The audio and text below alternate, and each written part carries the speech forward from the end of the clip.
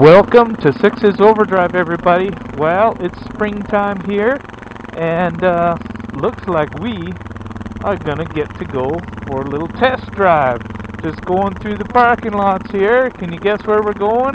Actually, you probably know exactly where we're going. We're going to Honda, one of the nice places that actually let you test drive a vehicle before you buy it. Anyway, guys, this is Six's Overdrive. We're here to ride the CB300F. Let's roll the music.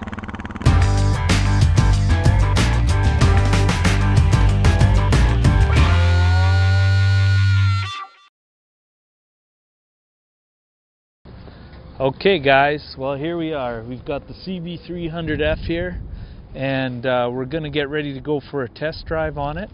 As always, this is a seat of the pants test drive, but I know a lot of people are interested in this.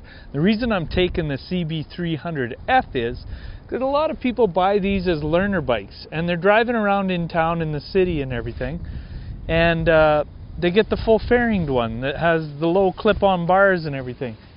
And as we all know, Yamaha's got their 300 out, KTM, you've got Kawasaki with the Ninja 300. This gives you a little bit of a different variety of what you can do with this. At least in Canada here, this is just about the only naked version that you can get, which means your handlebars are a lot more upright.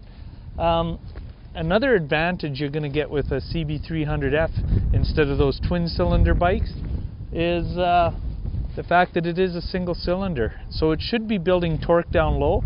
I've already driven the 250 platform of this bike, I'd say a year and a half ago or so, and it was a great bike around town because the single cylinder has so much bottom end torque, and when you're driving around in town it makes it very easy to get out into traffic and everything because you got torque right off the bottom end. Whereas the twins, they'll kick in a little bit further, but they should be a little bit smoother of an engine. Anyway, guys, while I'm getting my helmet on and everything, let's go through a technical run through. I don't get into a lot of that while I'm talking live here because I do it all in one cut, because I'm not the kind of guy that sits there and does 30 takes. Anyway, guys, watch some of these features that are on this bike, some of the horsepower, weight, and specifications and everything, and then I'm going to give you a seat of the pants ride. So while I'm putting on my helmet, take a look at this.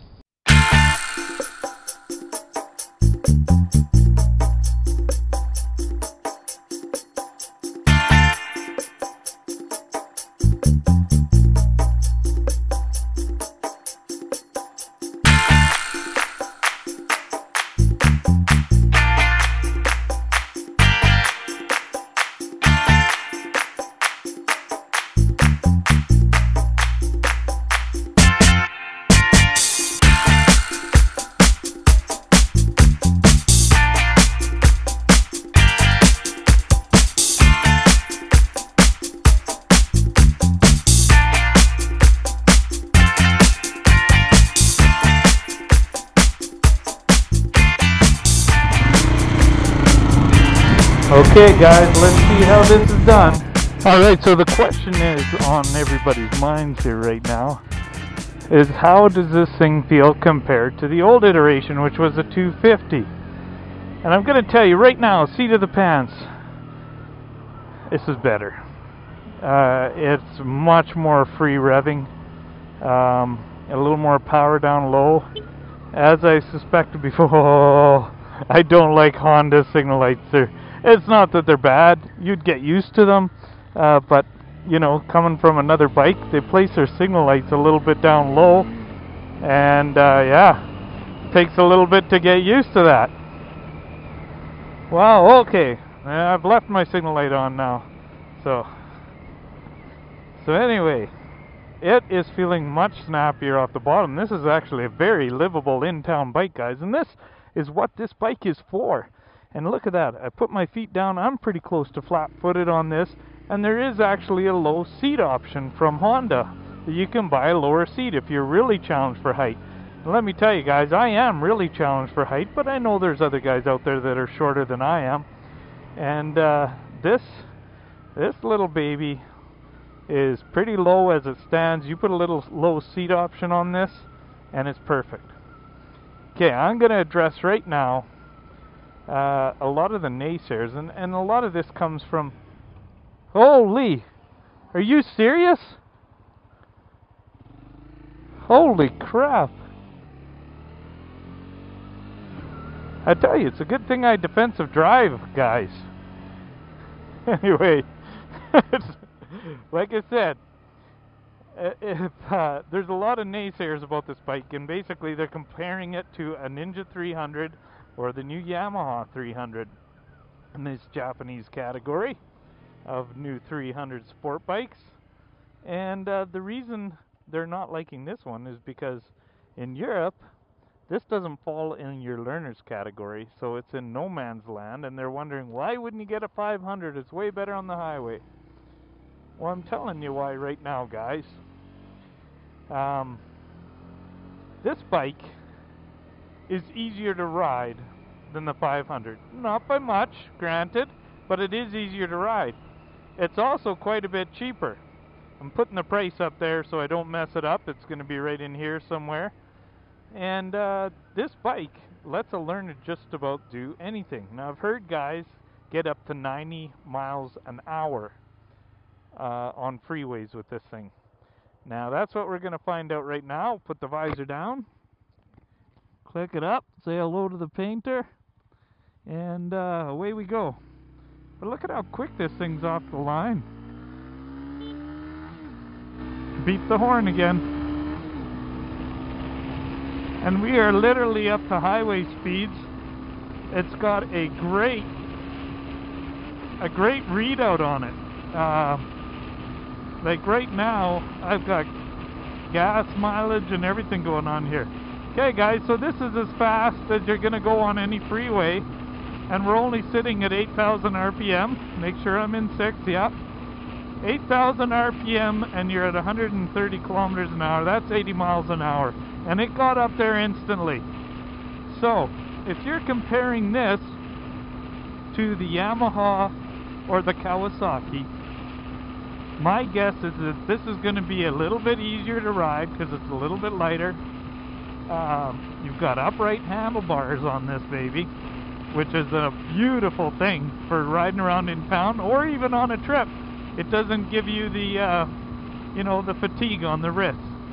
And my guess is that you could ride this thing all day at 120 kilometers an hour, which is 70 miles an hour, and not have any issues. It's pretty good. One thing I will tell you about this bike right now is I can feel vibration on the seat, and I'm pretty sure from remembering what I drove of a Ninja, I haven't driven the Yamaha yet, but from what I remember on the Ninja, it was a lot smoother than this bike is for vibration. There, if I cut it down below 120, it's pretty nice. But above that, so a freeway speed, you're going to feel it right in the butt. But that's because it's a single. It's not a twin. But again, you're going to benefit from that same single when you get into town. Is going to be the nicer bike for a learner to ride on. And I consider this a learner bike. But it's not like the learner bikes of old, like the old 125. Like, you were pretty much stuck in town with that sucker. I know it did 100 kilometers an hour, but it didn't do it nicely. If you're going to do a road trip 100 kilometers an hour and you decided to take luggage and the rest of it with you, you're seriously going to run it. Look at how tight it turns. You saw a little bit of that parking lot demonstration, and I'm telling you guys, this thing turns on a dime. It's very flexible, full feet on the ground, learner's bike, super light, 348 pounds. When they up the CC to 300, which is actually 286 or something, I'd have to double check on that. But when they upped it, they mainly upped the torque up to 120 foot-pounds of torque, 119 point something. The horsepower didn't bump up by very much, but it does have more torque than a Ninja 300. And man, we are pushing a heavy, heavy wind right now, and I have no problem going to 120 on this thing. You downshift and it actually climbs. Stay down there. and then you can maintain pretty easily by just keeping it in 6, and it keeps the revs down in that 7,000 to 8,000 RPM. It doesn't redline to 11,000. That's pretty decent. So guys, if you're considering one of these new 300s as a starter bike, and I'm talking mostly to the Canadians and Americans, and people don't have these license restrictions like they do in Europe. Because in Europe, you know, you're not getting this bike until next year, you know, a full year into getting your license.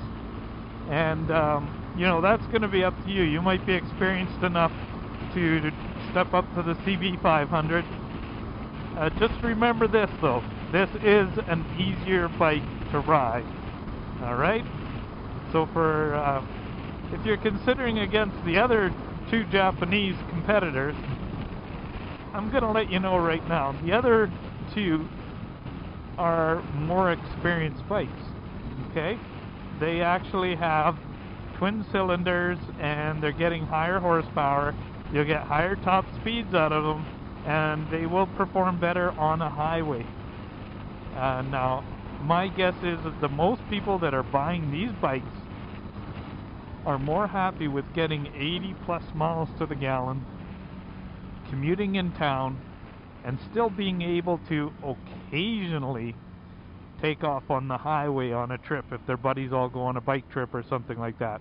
But my guess is 90% of what this bike will be ridden on is in-town roads. And in town, this bike rocks. It's got the Turk down low. It is super simple to get this thing out of gear and get going. It's a pure delight to move this thing along in town. It's snappy. I kid you not. I drive a DR650, of course, this and a Ninja 1000, and of course this is not going to be anywhere near to the Ninja 1000.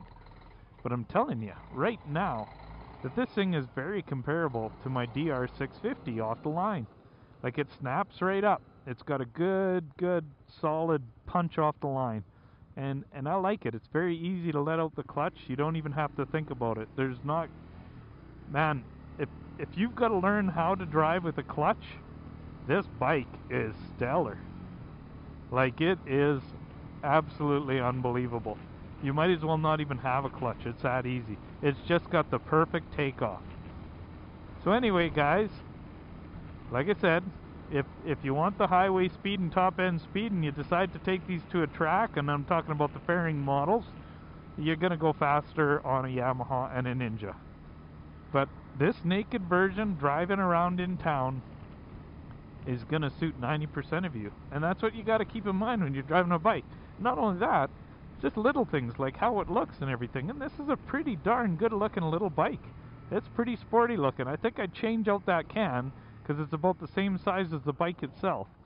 But other than that, man, pretty nice. Like, it's so well balanced. It's so easy. Beginner bike, one of the top choices that you could possibly have is the CB500F. So guys, I'd like to hear your comments. I'd love you to share, like, comment, and subscribe. And we've got more stuff coming for you throughout the year, motovlogs and how-tos and everything else. So until next time, guys, this is sixthisoverdrive giving a thumbs up to the CB300F. Bye-bye.